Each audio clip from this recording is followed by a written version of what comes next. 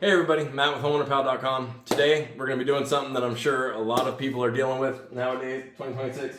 We're going to relocate our landline from the master bedroom, oh my god, from the master bedroom to the garage.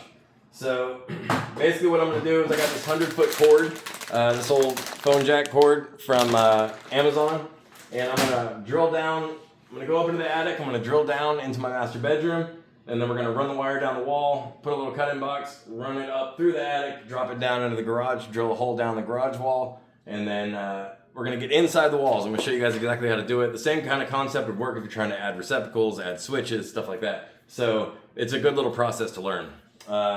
Please go to homeownerpal.com, create your free account, check out all the cool stuff that we're building. Our My Home account is super cool now. It's like a digital brain for your home. Think of it like a Carfax for your house. And what's really cool about it is you can actually transfer that to another homeowner. So if you end up selling your house, you can transfer your My Home account, all the pictures, all the warranty information, anything on all your appliances, everything. All the maintenance that's been done, you can log. It's such a cool little thing. So please go to homeownerpal.com. Check out all the cool stuff we're building for you guys, okay? And let's get started. All right. Material and tools that you'll need for this. This is what's called an old work data ring. It's basically for low voltage wiring. So it could also be called a cut-in data ring. But either way, what you do is you basically just put it up against the wall, you trace it out, and then you would cut the hole out of the sheetrock, shove this in, and then when you tighten these screws down, this little flange pops up, and then it'll pull itself into the sheetrock and hold it tight up against the sheetrock, okay? And then we're gonna put this little brush plate on there, and we'll run our phone wire through the brush plate, and then we got a Decora plate to go over the brush plate so it looks nice and pretty. This is a cut-in box, an old work box. It's similar to the data ring, but this is for electrical, so you have a place to put all your wiring. We're going to cut the back off of this since we're using low volt. You don't have to have an actual box for it to be in. This is our phone cord that we looked at earlier. It's 100 foot. So it's way longer than I need. What I'm going to do is uncoil it in the attic itself, and then I'll just run down my master bedroom wall what I need, and then I'll run down the garage wall what I need, and just leave the slack up in the attic, okay?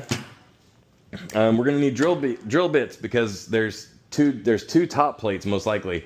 It's 2x4 stacked one on top of another, and then they lay on top of the trusses that run down the walls, or the studs that run down the walls. So then I have to drill down through that into the cavity that I want to get into to put my phone line in, okay?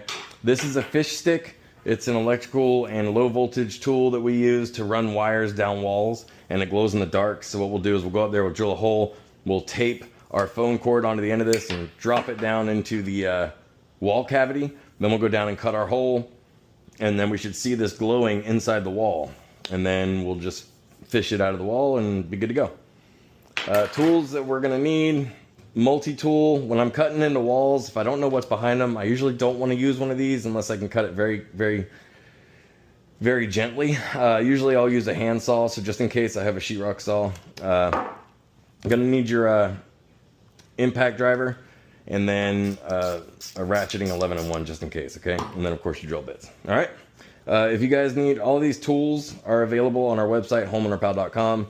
It doesn't cost you any more, but if you do order them through our website, through the link on our website, we get a kickback from Amazon. So if you need tools, and you need good tools, we only recommend tools on there that we've used in the field for years and trust, okay? So go to homeownerpal.com. All right, let's get started. Okay, the phone line actually plugs into the modem. So what we're gonna do is, how I'm going to identify this is I'm about to unplug all this real quick and make the kids angry, but there's a wire that runs to this receptacle that comes down from the attic. So what I'm going to do is I'm going to go up into the attic, and I'm going to find that wire, because it's the only one that's going to be coming from here, and then that will tell me where I need to be at to be able to drill down. And I'm going to put my brush plate maybe like right here-ish, and then I'll have my wire come out and just plug it directly into here. Okay, so what I'm going to do is I'm going to pop this off real quick, and then I will be able to tell which side of the stud this box, so where my stud is in the wall by looking at this receptacle, and I'll show you how. All right, so I can tell by these little nipples sticking off of this box right here that my stud is going to be right here. I can also tell because there's kind of like a a protrusion of a nail that's going into the stud through the sheetrock. So that tells me a stud's right here. So I know that I can go ahead and probably cut my box, my data ring, my old work data ring, right about here. So that's what we're about to do real quick. Okay, so it goes in the wall this way, but what we're gonna do is we're gonna put it up against the wall. So I know my stud's here, so I need to be somewhere in here.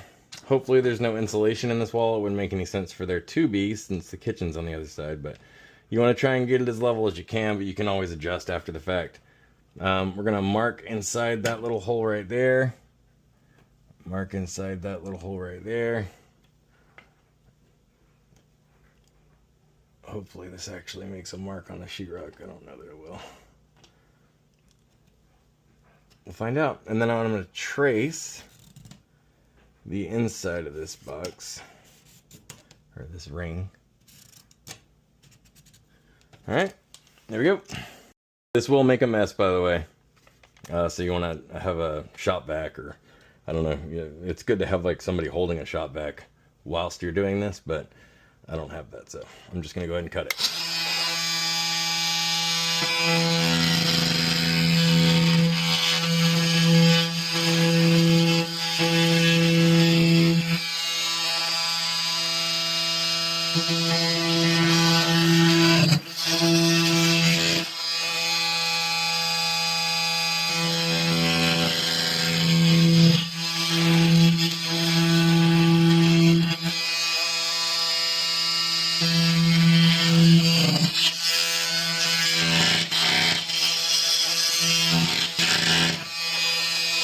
Okay, just pop it in the wall there. I know I don't have any plumbing or anything in here, so I wasn't really worried about using the sheetrock saw since the kitchen's on the other side of this, but it's just the stove and the counter. The kitchen sink's way on the other side. So, all right, what we're gonna do is we're gonna put this guy in here and see if it fits. Where do we need to, hold on. I'm gonna push these in, slide these up out of the way. Kind of a pain. Okay, yeah, fits perfect. So then we can, I'm gonna go ahead and wait to screw this in until I get my fish stick down here. So let's go up in the attic. All right, it is good that we cut the back off of this because there is one of these little hurricane rods in here. So there was also insulation in here. That's what makes the fish stick so valuable. So we can shove it down through the insulation and grab it, and we'll be able to get a hold of our wire. So this is the garage. The couch is going to go here, so the phone will sit, you know, I could probably put it right here and then do zippets. I'll show you what those are, and we'll screw it in and then hang it, hopefully. I don't know, maybe the phone can't hang and it'll just sit on the couch, whatever. But it looks good. All right, so real quick before I head up into the attic, I'm going to measure off of this wall just to verify. The garage is going to be the easiest, so we will, we're going to do this one first. I like to knock the hardest stuff out first. So we're roughly 4 foot. It's going to be different measurement from up there, but I should be able to tell from the way the top plates lay out if my measurement's pretty close. Now there's going to be a lot of foam up here too, so it's going to be kind of a nightmare, but we'll figure it out. Got Raggedy Ann up here to greet us. Okay, so this one's going to be easy, just like I said. So that's right there. We're going to go right there. So we know we're going to drill somewhere around here. That's our wire right here that runs down to that receptacle. So that tells me that I should be able to cut like right here, and I should be fine. So we'll get to that. That'll be the last thing we do. We got to go back there. So should be fun. I'm not going to make you guys watch me grunt my way back there. So I'll see you when I get there. All right. So this is the part of the roof that kind of comes up a little bit. I'm sorry, the ceiling in my master bedroom, and then the kitchen sits higher. So I've got coax cable and 12-2 Romex going down right here. It's my guess that this is exactly where I need to be. I'll measure off of this just to see if it's 4 foot, but I'm almost positive I just need to drill right here, and I should be fine. All right, so the reason I like cutting my holes first down is because I can see light coming through here. So I'm glad I measured as well, because this is going down. This is definitely the coax It's behind the TV right now, and then this is my wire that goes to that receptacle that we were just looking at down there in the master bedroom. But that's 5 foot off. That's over 5 foot off of this, and this is like at least 6 inches of foam, if not more. So this is closer to where our measurement is. So I went ahead and just drilled here. I drilled there. It's just for giggles, but I drilled here and I actually see lights. All right, I didn't want to damage the phone jack end here, so I went ahead and taped it a little bit backwards. Just taped it up and down. You don't need that much tape probably. If you're running wire, you're definitely going to want to use more tape than less. But so we're just going to drop it down the hole. That's it. It's hitting the bottom. So now let's go see if we can find it. All right, so we don't see anything, but there it is. So what I'm going to do is I'm going to hold it, feed it up. I'm holding it against the sheetrock so I can make sure it stays there. I'm feeding it up. What I'm trying to do is get to the bottom of it so I can get it out the wall. And voila! There is our beautiful phone wire. Okay. Alright, so there's our receptacle, there's our box, here's our wire. That's that hurricane rod thingy that's not tightened down at all. Whatever, I'm sure it's not important. So I think we can drill right, let's see here. So you always want to drill into the center of your stud, just FYI.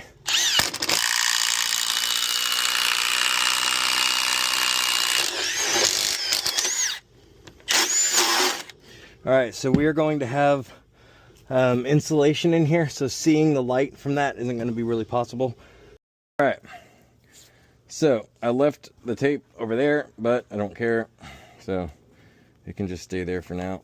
Got another tape. We're going to tape it up the same way, leave our little jack sticking off there. Okay, and so because there's insulation in the wall, I want to try and direct this to go towards the front of it, along the sheetrock this way, not the sheetrock back towards the closet back there. So that way I can grab it pretty easily. Let's get it down there. So I think it should be okay. I think I should already be able to reach it there. Let's go ahead and see. Okay. Look at that. Perfect. Okay, so now it's getting caught on that phone jack up there. Okay, just got it down. Oof, I hope it didn't hurt the phone jack just now. I don't even know if that's what it's called, a phone jack. Oof, definitely got some insulation in it. But look at that. Easy peasy. All right, let's get her done. All right, full disclosure, I didn't have any Decora plates because I forgot them at the store, so I just grabbed one off of a closet light switch that I had, and I'll go get some tomorrow from Home Depot or Lowe's or somewheres. All right, so we run the wire through, obviously, and then you're going to want to push on this screw while you're screwing it in, and then tighten it. You don't want to over tighten, but see how it's pulling there? Okay. And then we do our bottom. So nice and tight. This little flange is holding up here, and this little flange is holding down here. So it's holding the whole box into the wall, okay? Now we're going to take this guy. We're going to run our wire through her as well. Him, her, it, whatever. Put our screw on our impact. Try and keep it center of the hole there as best you can. It wants to always go right while you're tightening it. Just do the best you can. And then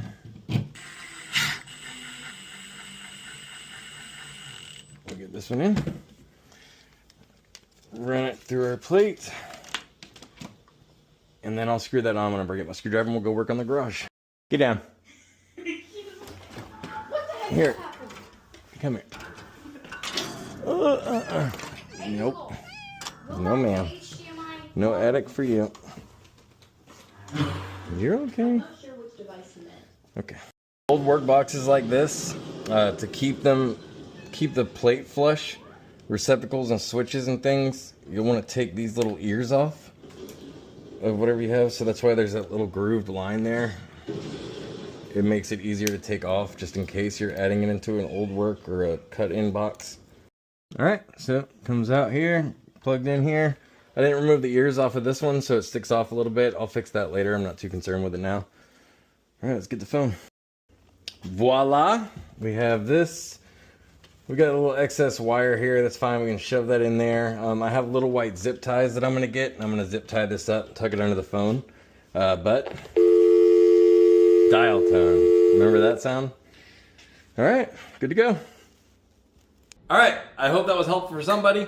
There's not a lot of landlines left in this world, I don't think. I got that one through my internet provider. That's why I had to plug it into the back of my modem.